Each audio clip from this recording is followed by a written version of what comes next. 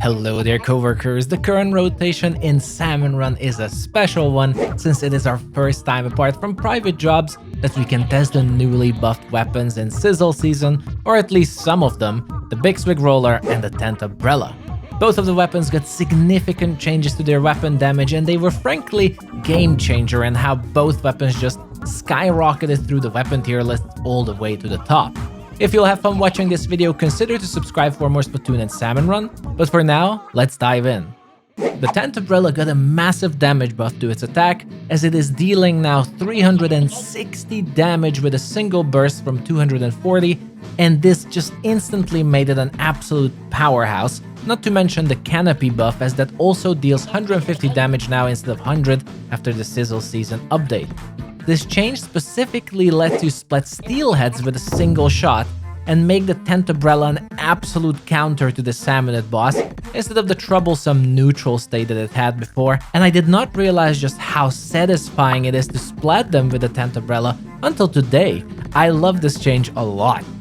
But this damage buff is also very noticeable for other bosses such as steel eels, as you can also split them way faster considering you only need 2 shots now against them instead of 3, which is basically almost a whole second saved considering the fire rate of the Tenta Brella. But you can also shoot out your canopy after a single shot, and that's also enough to split their 500 HP since it is 360 from the shot and another 150 from the canopy. Another very noticeable change is against Scrappers too, which would just wreck your ink tank before the update, but now you can also stun and split them with only 2 shots instead of 3 on both. So that is 2 shots saved overall, and just makes fighting this boss that much smoother. It no longer feels wrong to do it, and I guess this whole sentiment also applies to the whole weapon. The Tenta Brella is actually really fun now.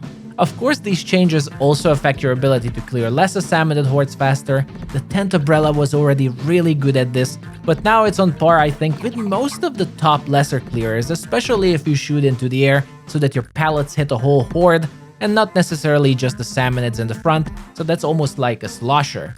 The tricks mentioned in my Tenta Brella guide are also still functional, so if you climb up a fish stick and open your Brella, you can splat the whole fish stick, and this is a 100% reliable trick. I was actually asked about this today, no practice needed, just climb up, shoot the canopy on the side, very satisfying. Lastly, the Drizzler trick also got a lot better, or I could say it's basically pointless now, as the Tenta Brella can now simply splat them with 3 shots, while before you also had to shoot out your canopy to deal additional 200 damage for a splat. I still do it because it's just too cool that your canopy damages them, but know that this is no longer necessary. Drizzlers are easy targets now. That's pretty much it for the Tenta Brella, so on to the Big Swig. Now the Big Swig Roller's buffs aren't as numerous as the Tenta Brella's, but it's still extremely spectacular as its rolling damage got buffed from 70 damage to 100, which is the exact change the weapon needed. Thanks to this buff, the Big Swig Roller can now roll through normal chums as they have exactly 100 health, and boy, this feels too satisfying to do now. As I said, it is exactly what the weapon needed. Next to being one of the best painters out there, it has an excellent knockback against Quahawks on its rolling to just get the chumps then get knocked back into safety, but I would still recommend you to keep to your horizontal swings and hordes that have Quahawks among them. Is generally going to be more efficient that way, and just keep rolling for those still very frequent scenarios where it's only chums in front of you. Overall, I feel this change basically made the Big Swig the best roller for Salmon Run, especially if we look at versatility. And yes, while there are other rollers that are great at certain moments, especially the Dynamo roller now, the Big Swig is able to deal with any situation and still be a good weapon instead of the weaker support role it had before. Splitting steelheads can still be a bit bothersome, but since you can pretty much split anything else now around you with your rolls, especially big shots coming out of the sea or steel eels if you roll on them from behind, you can even survive a short run around the big shot cannon alone, unless you really get unlucky with certain boss spawns.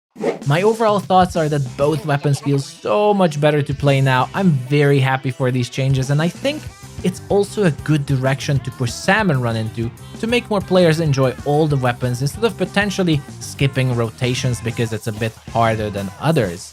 But with that said, that's a wrap for a quick weapon testing with the current rotation. Hope you're enjoying Marooner's Bay right now, let me know how it goes. But also later this week we're getting Big Run, and I'll be releasing a bunch of guides, so stay tuned or subscribe if you haven't yet. Thank you for watching everyone, and take care.